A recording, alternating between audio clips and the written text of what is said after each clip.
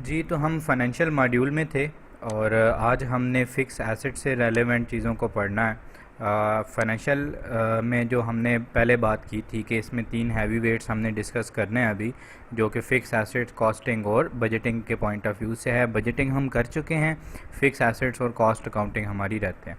तो आज से हम अपने फ़िक्स एसेट मॉड्यूल स्टार्ट करने जा रहे हैं।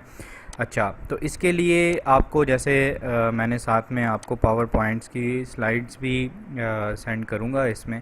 तो पावर पॉइंट की स्लाइड्स में इस पर बेसिकली नोट्स वगैरह बने हुए हैं, जितने भी हम ऑपरेशंस होंगे इसमें बेसिक इनिशियल सेटिंग्स हैं, और इसके अलावा जो जितने आपने ऑपरेशनल काम करना है, यानी कि एक्विजिशन है, कैपिटलाइजेशन है, उसकी रिटायरमेंट है, वो सारे इसमें आपको नोट्स वगैरह, थ्योरी वगैरह प्रोवाइड की गई हुई है।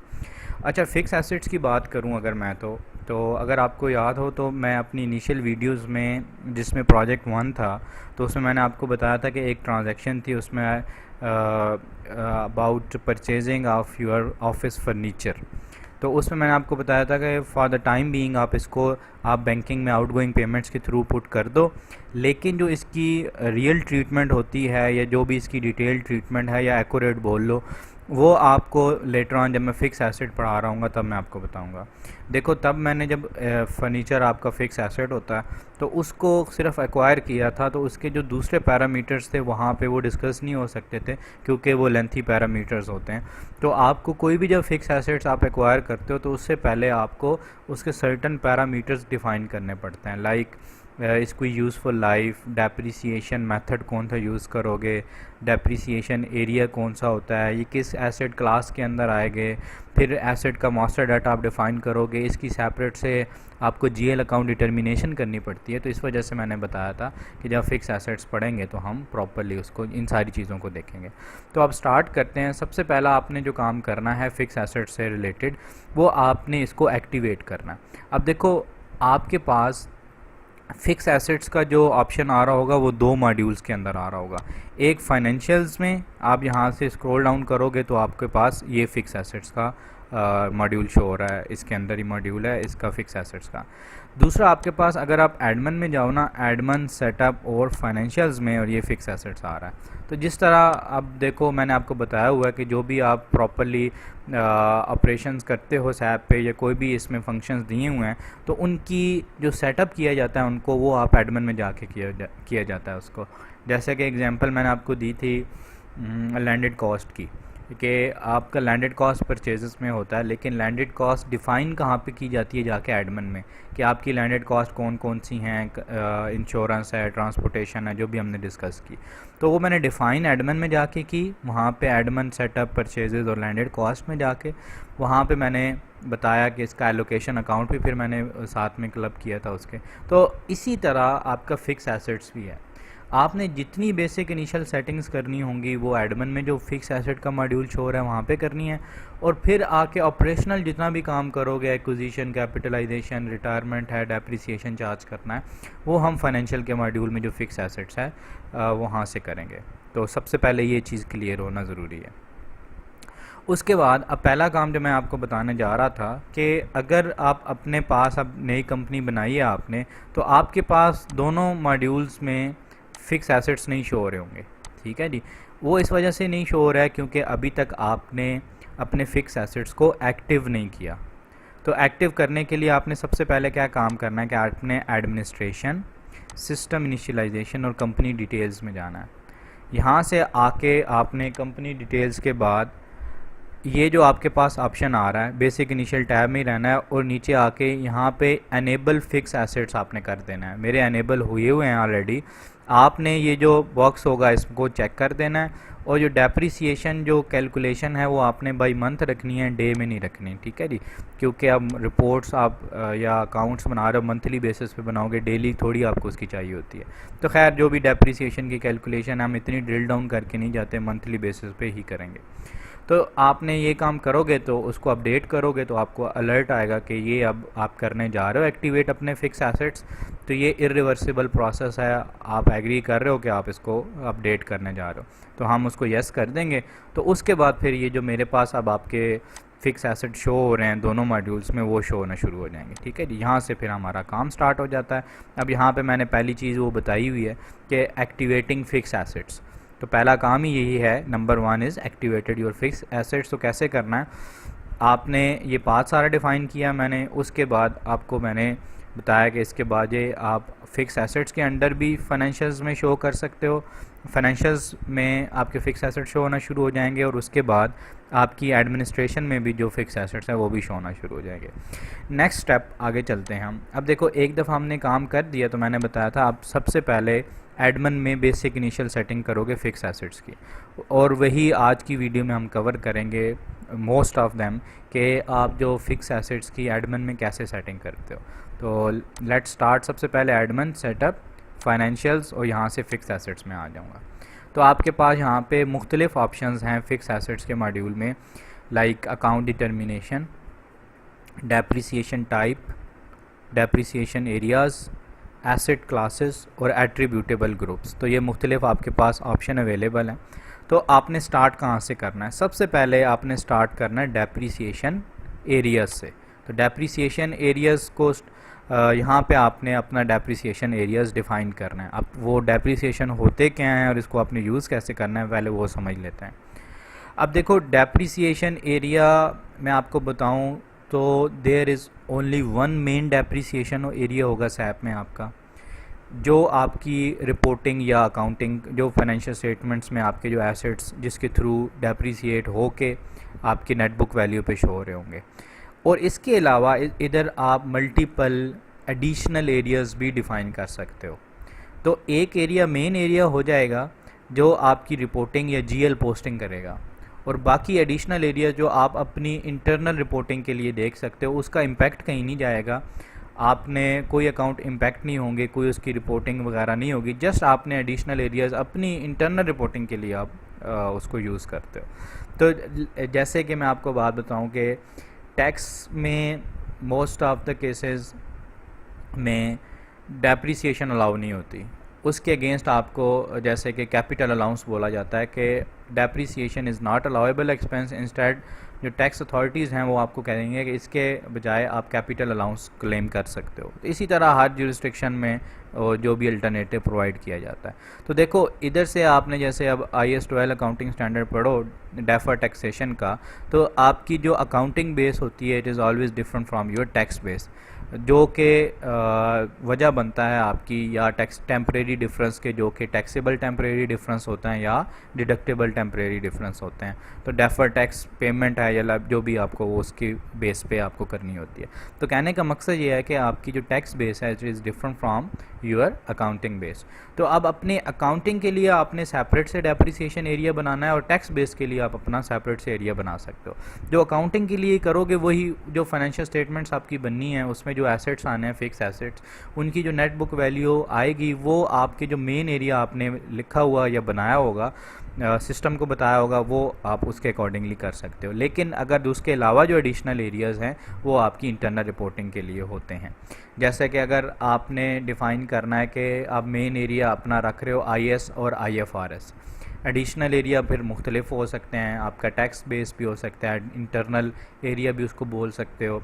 उसके अलावा गैप की बात करो तो वो भी कर सकते हो आप इससे। तो ऑलरेडी अगर इसको बनाना है तो कंट्रोल A करके आपने यहाँ पे ये कंट्रोल A किया, यहाँ पे बताओ IAS IFRS, डिस्क्रिप्शन में भी ISF IRS और IFRS, और यहाँ से टाइप्स में आपने, क्योंकि अब मेरा ये मेन एरिया है IAS और IFRS के अकॉर्डिंगली मैं अपनी अकाउंटिंग करता हूँ, तो मुझे इसको मेन एरिया रखना है। और इसको मेन एरिया का जो पॉइंट यहाँ से सिलेक्ट करोगे वो पोस्टिंग टू GL लेजर्स होगी।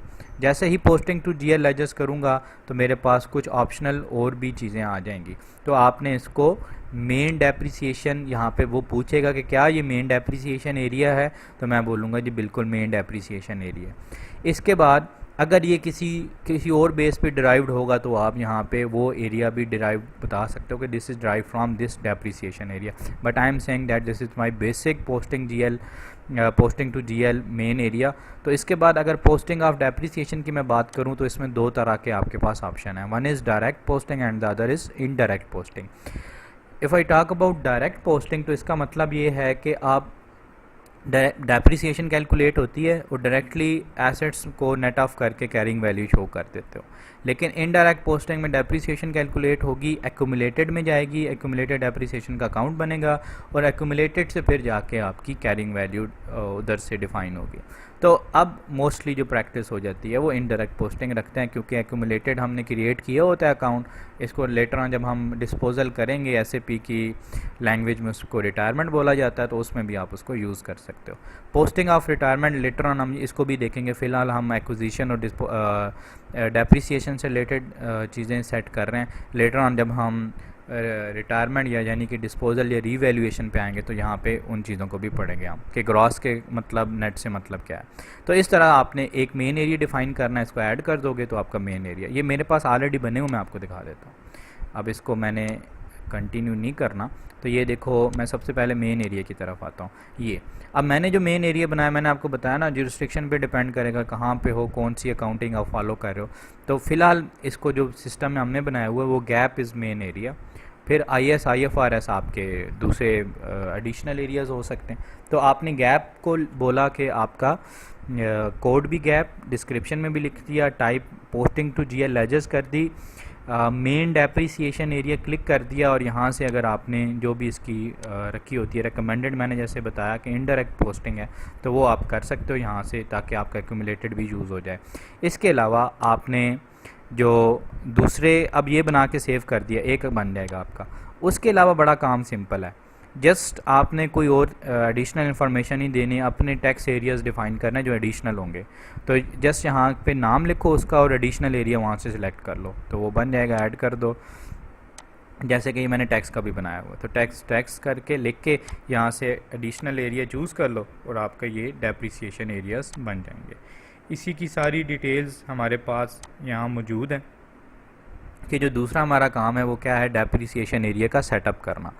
यहाँ पे मैंने बात की है कि जहाँ पे पाथ भी आपको नज़र आ रहा होगा, दूसरा कि एक मेन डेप्रिसिएशन एरिया होता है। अब यहाँ पे मैंने IS IFRS बोला, आप अपनी अकॉर्डिंगली किसी कोई, यानी कि कहने का मकसद है कि एक मेन डेप्रिसिएशन एरिया होगा वो गैप रखो, IS IFRS रखो, उसके अलावा जो भी एरियाज़ होंगे वो आपके एडिशनल एरियाज़ होंगे।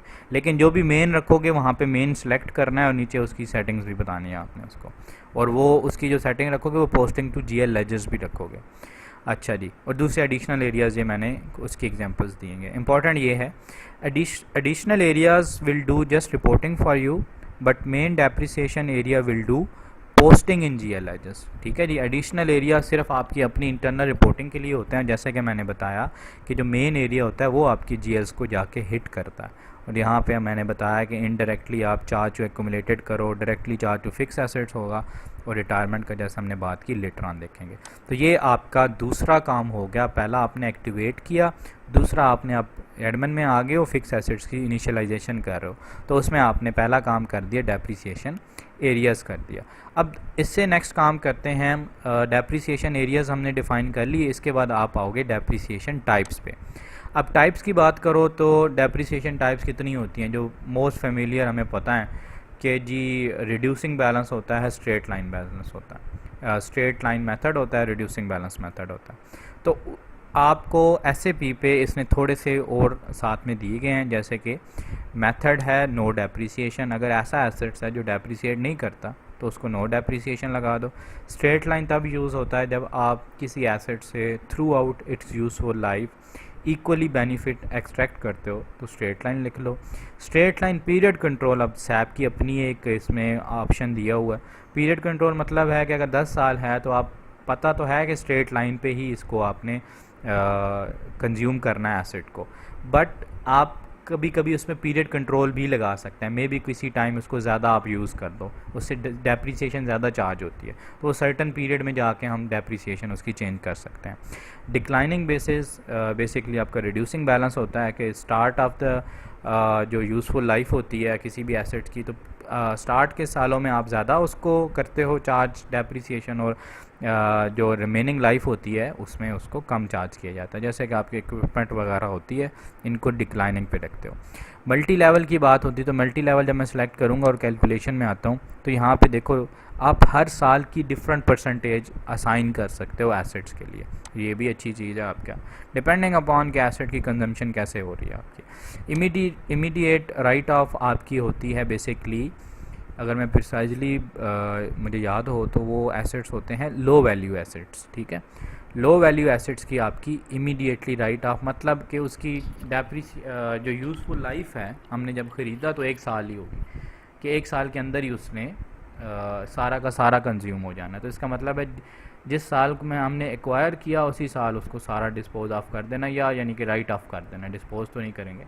तो वो सारे का सारा आपका राइट ऑफ हो जाएगा उसी, तो 1 साल के अंदर ही, तो उस टाइम आप इमीडिएटली राइट ऑफ करोगे। स्पेशल डेप्रिसिएशन हम आगे जाके देखेंगे अपने फाइनेंशियल के मॉड्यूल में, वहाँ पे स्पेशल डेप्रिसिएशन का ऑप्शन अवेलेबल है, तो इसको देखेंगे हम कैसे करते हैं। मैनुअल डेप्रिसिएशन भी साथ में वहाँ पे आ रही होती है। बेसिकली मैनुअल डेप्रिसिएशन होती है आपकी कि आप कोई एरिया टाइप्स वगैरह सेट नहीं करते, आप जस्ट पूरे साल में, जैसे कि लोग एक्सेल पे फिक्स एसेट स्केड्यूल बनाते हैं, तो डेप्रिसिएशन वगैरह वहाँ पे कैलकुलेट की और जस्ट उसकी आके एक एंट्री पास कर दी, या आके मैनुअल डेप्रिसिएशन ऑप्शन ओपन किया, वहाँ पे फिगर डाल दी डेप्रिसिएशन की, तो वो आपकी depreciation for the year charge हो जाएगी। तो ये मुख्तलिफ ऑप्शन थे। अब देखो यहाँ से ना आपका जो मैंने साथ में ना प्रोजेक्ट दिया वो स्टार्ट हो जाएगा। जैसे कि ये मैंने दूसरा ये डेप्रिसिएशन टाइप से, तो ये ऊपर आपके पास सारों की वो डेफिनेशंस वगैरह हैं और नीचे आपके पास ये आ रहा है क्रिएट न्यू डेप्रिसिएशन एरिया। अब आपका प्रोजेक्ट साथ साथ मतलब इलस्ट्रेशन आपने खुद क्रिएट करते रहना है। अब आप यहाँ पे आपने पहला एरिया बना लिया, ये एरिया नहीं है ये टाइप है, इसको आपने ठीक कर लेना है। क्रिएट मैं जब आपको भेजूंगा तो इसमें मैं चेंजेस कर दूंगा। तो जो आपने पहला काम करना है वो आपने एरिया डिफाइन करना है, कोई भी मेन एरिया बना लेना है एक, और उसके बाद आप एडिशनल एरिया भी 2-3 बना लेना।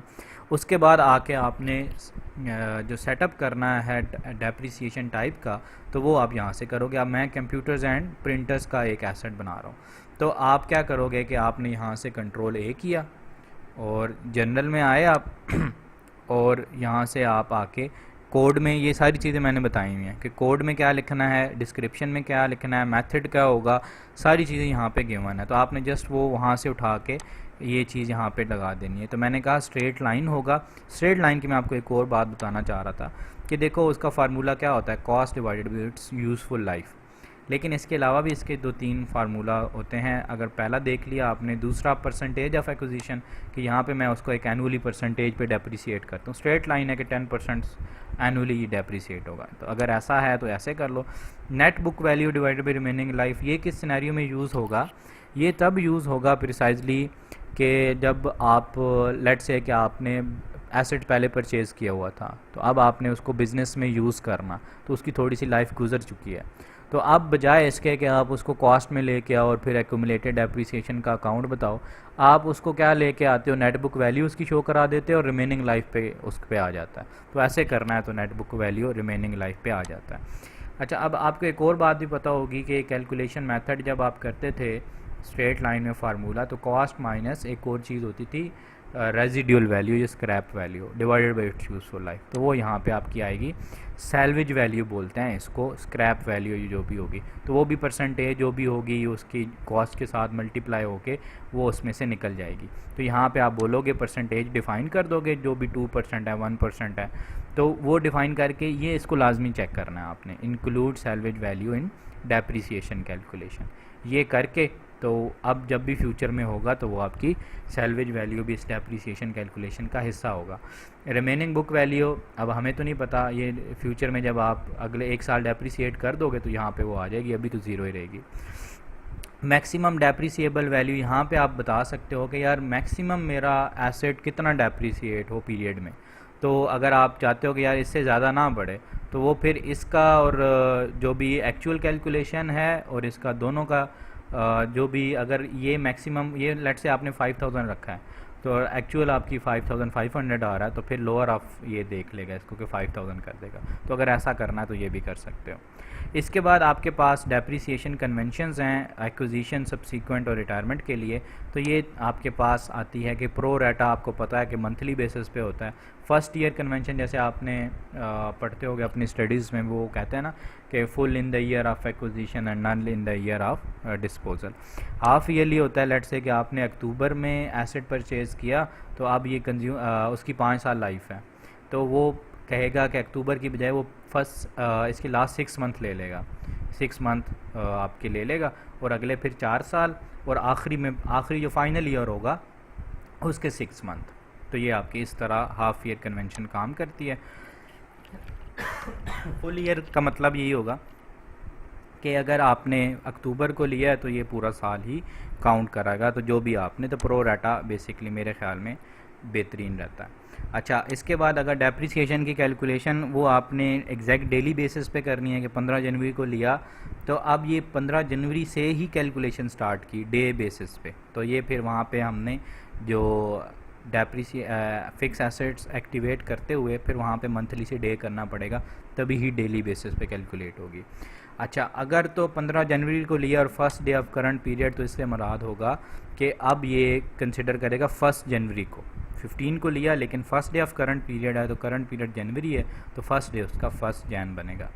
First day of next period, फिर वही एग्जांपल कि अगर 15 जनवरी को हमने परचेज़ किया एसेट, तो अब first day of next period मतलब 1 फरवरी बनेगा, तो उससे कैलकुलेट होना शुरू करेगा। तो ये जो भी आपका रिकमेंडेड होगा, कंपनी की पॉलिसी होगी, जिस कंपनी में आप जाओगे तो जो भी वो उसकी पॉलिसी होगी उसको लेटर ऑन आप देख सकते हो। ठीक है जी।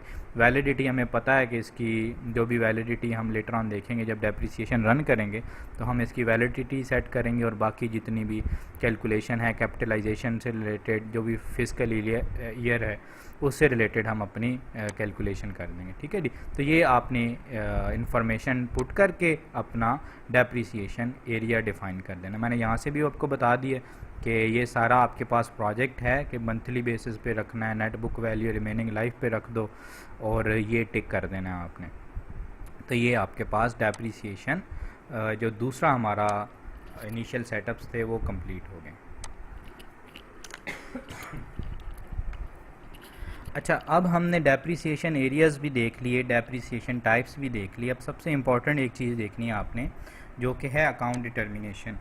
अब आप सोच रहे होंगे कि अकाउंट डिटर्मिनेशन आपने एक जर्नल लेजर्स वगैरह की भी तो देखी थी ना, वहाँ पे भी अकाउंट डिटर्मिनेशन आती है। एडमिन में जाके आप देखते थे सेटअप फाइनेंशियल्स और अकाउंट डिटर्मिनेशन, तो वो क्या चीज़ है और ये क्या बला है। तो इसमें कम्प्लेक्सिटी को ज़रा अवॉइड करने के लिए उन्होंने एसेट्स के जितनी अकाउंट्स की डिटर्मिनेशन है ना, वो एसेट के साथ ही दे दिए।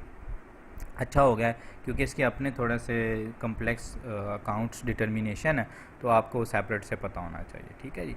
अच्छा, अब आपने जो चीज़ यहाँ पे माइंड में रखनी है कि फ़िलहाल we are focusing only on asset acquisition, asset capitalization and asset depreciation. ठीक है जी। हमने कैरिंग वैल्यू लेके जानी है, अभी हम डिस्पोजल और रीवैल्यूएशन वगैरह पे नहीं जा रहे हैं। तो इनिशियली एक्विजिशन, कैपिटलाइजेशन और डेप्रिसिएशन, तो उसके लिए यही ही अकाउंट होते हैं जो हर बार आपने चेंज करने। देखो, अब एसेट्स तो एक एसेट तो होता नहीं है, मोटर व्हीकल भी होता है, कंप्यूटर्स एंड प्रिंटर्स भी होता है। तो क्या मैं सबके लिए एक ही बनाऊं या नया बनाऊं कि मैं कंट्रोल ए करता हूं और यहाँ पे मैं अभी फ़िलहाल सारे एक एक करके बनाना शुरू करता हूँ। तो इससे बेहतर क्या है कि मैं अगर प्रीवियसली लोड करता हूँ ना, तो यहाँ पे मुझे जैसे कि मैं कोई बने बनाए होंगे, जैसे ये आपके सामने आ गया, तो उन्होंने सिस्टम में रखा है, क्योंकि आपने प्री डिफाइंड यूज़ किए थे ना चार्ट ऑफ अकाउंट्स, तो डिटर्मिनेशन भी ऑलरेडी हुई पड़ी होगी। तो ये अच्छा है सीखने के लिए और टाइम सेविंग आपकी, तो उसमें ये आप इसको देख सकते हो। तो मोटर व्हीकल्स की बात हो रही है, लेट्स से आपने मोटर व्हीकल्स के डिटरमिन करना है अकाउंट्स। अब आपने माइंड में जो बात रखनी है वो ये रखनी है कि there are only 4 specific accounts and rest are all general accounts. Specific से मतलब होगा कि वो इस स्पेसिफिक एसेट से होंगे, और बाकी जितने भी अकाउंट्स हैं वो मैटर नहीं करता ऊपर कौन सा अकाउंट है, यानी कि सेम रहेंगे। जितने भी मैं एसेट ख़रीद लूँ, मशीनरी है, लैंड एंड बिल्डिंग है, मेरे पास कंप्यूटर्स एंड प्रिंटर्स हैं, सिर्फ हर बार मुझे 4 अकाउंट को रिप्लेस करना पड़ेगा इन सारी लिस्ट में से। बाकी account these are general accounts. तो अगर मैं करता हूँ जैसे कि अब मुझे कंप्यूटर्स एंड प्रिंटर्स की आपको बनानी होगी, मैंने यहाँ पे नेक्स्ट में बताया भी होगा, आपकी जीएल अकाउंट डिटर्मिनेशन जो होगी, ये वाली अकाउंट डिटर्मिनेशन हमें कंप्यूटर एंड प्रिंटर्स की करनी है। तो उसके लिए अब आपको करना क्या है कि आप कोई भी प्रीवियस फंड जो ऑलरेडी बने हुए हैं आप उसको ओपन करो, राइट क्लिक करो और डुप्लीकेट कर दो। तो अब वो मोटर व्हीकल्स के आपके कॉपी हो गए नई के। तो तो अब वो सारी चीज़ें नहीं रही, आप इसको कंप्यूटर्स एंड प्रिंटर्स के लिए यूज़ कर सकते हो, ठीक है जी। तो यहाँ पे भी आप अपने कंप्यूटर्स एंड प्रिंटर्स के लिए इसको यूज़ करो।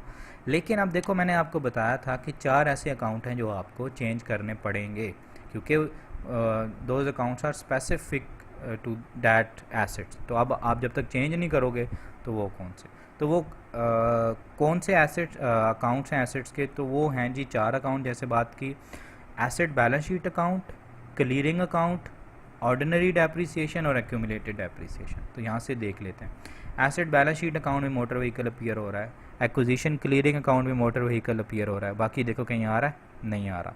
लेकिन जब डेप्रिसिएशन में जाओगे तो मोटर व्हीकल, एक्यूमुलेटेड में जाओगे मोटर व्हीकल। इसके अलावा आप कहीं भी चले जाओ, आपको एसेट स्पेसिफिक कोई अकाउंट नहीं मिलेगा, जर्नल अकाउंट्स मिलेंगे। यानी कि आपका रेवेन्यू क्लियरिंग अकाउंट कहाँ पे जाना है, नेट बुक वैल्यू ग्रॉस में कहाँ पे जानी है, नेट में कहाँ पे जानी है, स्पेशल डेप्रिसिएशन कहाँ पे जानी है। लेकिन आपको वही बात हुई ना, 4 अकाउंट्स आपको रिप्लेस करने पड़ेंगे। तो मोटर व्हीकल्स यानी कि balance sheet account, clearing account, ordinary depreciation और एक्यूमुलेटेड डेप्रिसिएशन। अब बात माइंड में ये रखने वाली है कि एसेट के 2 अकाउंट, ये बैलेंस शीट और क्लियरिंग से क्या मतलब है। तो जब एसेट को मैं एक्वायर करूँगा, एक्विजिशन ऑफ एसेट्स होगी तो वो जाएगा क्लियरिंग अकाउंट में, और जब लेटर ऑन मैं उसको कैपिटलाइज करूँगा तो वो क्लियरिंग से निकल के बैलेंस शीट अकाउंट में चला जाएगा। तो ये इस वजह से उन्होंने, क्योंकि इसमें प्रोसेस एक और इन्वॉल्व है क्लियरिंग से कैपिटलाइजेशन, तो इस वजह से हमें 2 अकाउंट्स इन्वॉल्व करने पड़ रहे हैं। तो अब करोगे क्या, आप इसको चेंज करोगे, तो जो भी आपने इसको कम करो और जाके चार्ट ऑफ अकाउंट्स में चले जाओ। यहाँ पे बैलेंस शीट अकाउंट देखो कौन सा है आपका, तो बैलेंस शीट अकाउंट वही है जो आपके बैलेंस शीट में अपीयर होना है, कंप्यूटर से रिलेटेड। मेरे ख्याल में हार्डवेयर अकाउंट होता है वो, तो कंप्यूटर हार्डवेयर ये रहा, तो कंप्यूटर से रिलेटेड ही है। अब इसके बाद एक्विजिशन क्लियरिंग अकाउंट है, तो ये मोटर डेप्रिसिएशन गलत अकाउंट लगा हुआ है ऑलरेडी, तो आपने एक्विजिशन क्लियरिंग अकाउंट, ये भी आपके एसेट्स में ही आ रहा होगा, 1 में ही, क्योंकि एसेट ही है। एसेट के बदले में ही एसेट को एक दफ़ा डेबिट कर दोगे जब क्लियर कर रहे होगे, फिर जब क्लियर हो जाएगा तो इसको क्रेडिट कर दोगे, इसको डेबिट कर दोगे, लेकिन होगा तो डेबिट ही, एसेट ही। तो ये डेप्रिसिएशन नहीं लेके जानी। तो अब आपने करना क्या है कि अगर आपके पास आई थिंक सो गिवन नहीं है क्लियरिंग अकाउंट, तो आपने पहले क्या करना है, चार्ट ऑफ अकाउंट्स में जाओ, एसेट्स में जाके कॉस्ट सेक्शन में जाके कंप्यूटर हार्डवेयर्स के नीचे ना कंट्रोल ए करके कंप्यूटर हार्डवेयर क्लियरिंग अकाउंट बना देना है, ऐड करके यहाँ से आके फिर आपने वो कंप्यूटर हार्डवेयर क्लियरिंग अकाउंट उठा लेना है, ठीक है जी। ये बहुत ज़रूरी, मैं आपको डिटर्मिनेशन बता रहा हूँ। तो अब मैं बनाने की इसको ज़रूरत नहीं है, मैं आपको बता रहा हूँ कि यहाँ से बेशक न्यू कर लो, न्यू करके आप एसेट्स में जाओ, वहाँ से जो भी फ़िक्स एसेट्स में आ जाओ, ये तो करंट एसेट्स हैं, तो फिक्स एसेट्स में जाके जो भी आपका हार्डवेयर का अकाउंट है जैसे ये है, तो इसके नीचे आप कंट्रोल ए करके computer hardware clearing account set कर दोगे, तो वो ख़ुद ब खुद यहाँ पे अटैच हो जाएगा आपका। इसके बाद अगले 2 अकाउंट्स मैंने बताया डेप्रिसिएशन और एक्यूमुलेटेड के हैं, तो डेप्रिसिएशन में आ जाओ, टैब दबाओ। डेप्रिसिएशन आपको पता है एक्सपेंस होती है, तो 6 से स्टार्ट होगी, और यहाँ से आप फाइंड आउट करो डेप्रिसिएशन, और depreciation specific to your computer hardware, तो यही आपने लगा दी। इसी तरह से आपने इसको भी चेंज करना है, टैब दबाओ। अब ये एक्यूमुलेटेड है तो एसेट्स के ही ड्रार में आते। चार्ट ऑफ अकाउंट्स का आइडिया होना चाहिए, तभी आप चीज़ों को जल्दी और फ्लुएंटली करोगे। अब एक्यूमुलेटेड में जल्दी से मैं चला जाता हूँ। एक्यूमुलेटेड मेरे पास कंप्यूटर हार्डवेयर की ये रही, ये बने हुए अकाउंट। ये करने के बाद आपने ऐड कर देना, यहाँ क्लियरिंग लगा के कंप्यूटर्स एंड प्रिंटर्स का पूरा नाम दे के इसको ऐड कर देना है, तो आपका अकाउंट डिटर्मिनेशन हो जाएगी। अब हर बार क्या करोगे, अब सिर्फ एक अकाउंट के लिए नहीं, हर क्लास ऑफ एसेट्स, मतलब क्लास में भी आगे से मुख्तलिफ होंगे ना, एक ही क्लास के मुख्तलिफ होंगे तो वो तो मसला नहीं, मतलब कंप्यूटर्स एंड प्रिंटर्स ले रहे हो आप, तो अब प्रिंटर ख़रीदोगे तो उसके लिए भी डिटर्मिनेशन तो यही रहेगी, तो आपको बनाने की ज़रूरत नहीं है। फ्यूचर में मैं इसको यूज़ कर लूँगा, उसके लिए लैपटॉप लिया, प्रिंटर लिए, पीसी लिया, उसके लिए मैं ये कर लूँगा। लेकिन अभी मशीनरी आ जाएगी, व्हीकल आ गई, तो फिर आपको नया बनाने पड़ेंगे। तो नया बनाने का तरीका क्या है, ऑलरेडी जो मैंने एक निकाला उससे राइट क्लिक करो, डुप्लीकेट करो, नेम लिखो, और जो आपके 4 अकाउंट्स मैंने बताए हैं उनको आप चेंज कर दो और रिप्लेस कर दो जो डिज़ायर्ड वन है, तो आपका जीएल अकाउंट डिटर्मिनेशन कंप्लीट हो गया। मुश्किल नहीं है, थोड़ा टेक्निकल है, समझोगे, इसको प्रैक्टिस करोगे तो आपको सारी समझ में आएगी। अच्छा दूसरा इसका तरीका ये भी हो सकता है कि आप कंट्रोल ए कर दो, कंट्रोल ए करने के बाद आप करो कि आप सिर्फ यही 4 अकाउंट्स को डिटरमिन कर दो, बाकी को छोड़ दो। ये भी मैं आपको ऑप्शन दे रहा हूँ, अभी आपकी अपनी मर्ज़ी है। ऐड फिर भी वो चारों, आप ये ज़रूरी नहीं है कि ए से लेके जी तक सारे बोलोगे तो वो ऐड करना है, साथ साथ आप ऐड उसको डिटरमिन करके करते जाओ, वो लेता जाएगा, इसको आपको ऐड कराता जाएगा।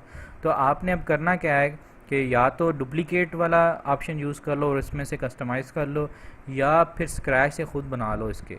तो स्क्रैच से बनाने में ये शुरू में होगा कि आपने पहले, अभी सिर्फ 4 की बात हो रही है ना, तो 4 ही आप उसमें से बनाओगे, ऐड कर देना। क्योंकि मैंने बताया ना, अभी हम एक्विजिशन, कैपिटलाइजेशन और डेप्रिसिएशन देखेंगे, उसके आगे जब चलेंगे तो फिर आहिस्ता आहिस्ता वो ऐड होते जाएंगे। अभी आप पे है जैसे भी आप इसको करते हो। तो ये डिटेल मैंने आपको बताई हुई है कि आपने अकाउंट डिटर्मिनेशन, ये देखो चारों अकाउंट्स भी आपके सामने गिवन है, किसके साथ लिंक करना है ये भी मैंने बता दिया। हर चीज़ आपके पास बिल्कुल क्लियर मौजूद है। जस्ट आपने अब इस पर टाइम स्पेंड करना है ताकि अपनी, अब देखो ना, मेरा जो इस कोर्स का या वीडियोस का मकसद होता है कि आपको एक लीड देना।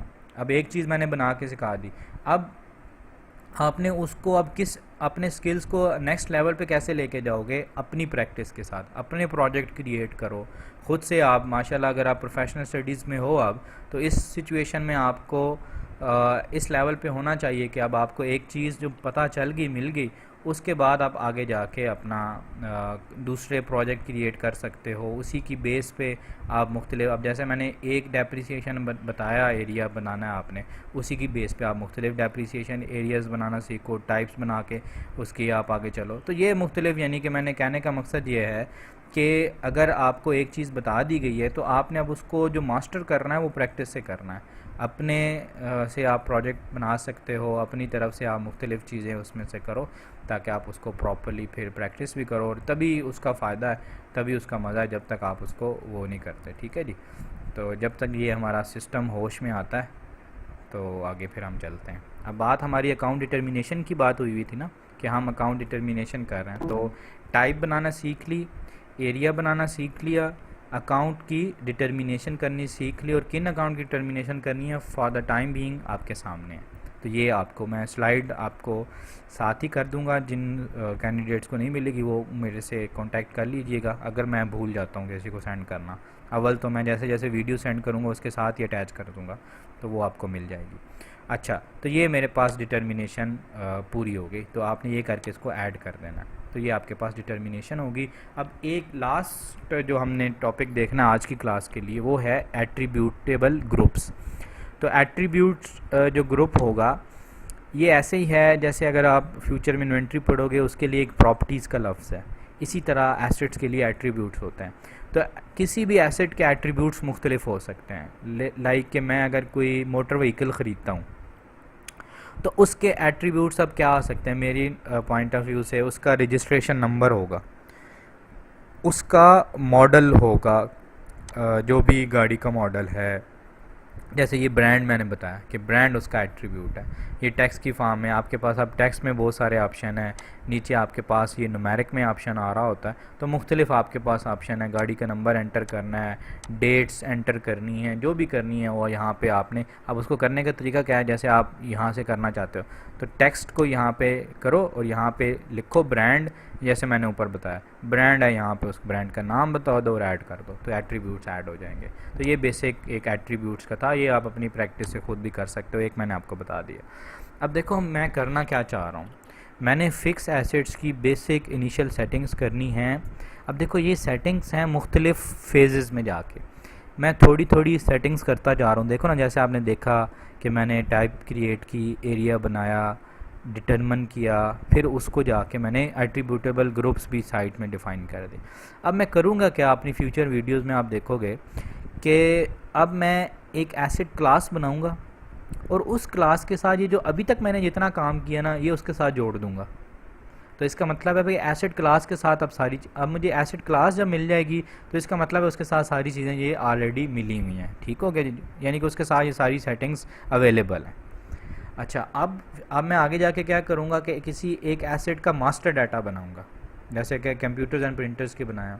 वहाँ मास्टर डाटा में जाके ना एक ऑप्शन होता है कि एसेट क्लास का, तो ये मैं अभी जो एसेट क्लास बनाऊंगा तो उसके साथ अटैच कर दूंगा। ये मैं जब प्रैक्टिकली करूंगा तो ज़्यादा समझ आ जाएगी। अभी मैं जस्ट आपको ये थॉट्स छोड़ के जा रहा हूँ ताकि आपके थोड़ा सा माइंड में क्लियर हो चीज़ें।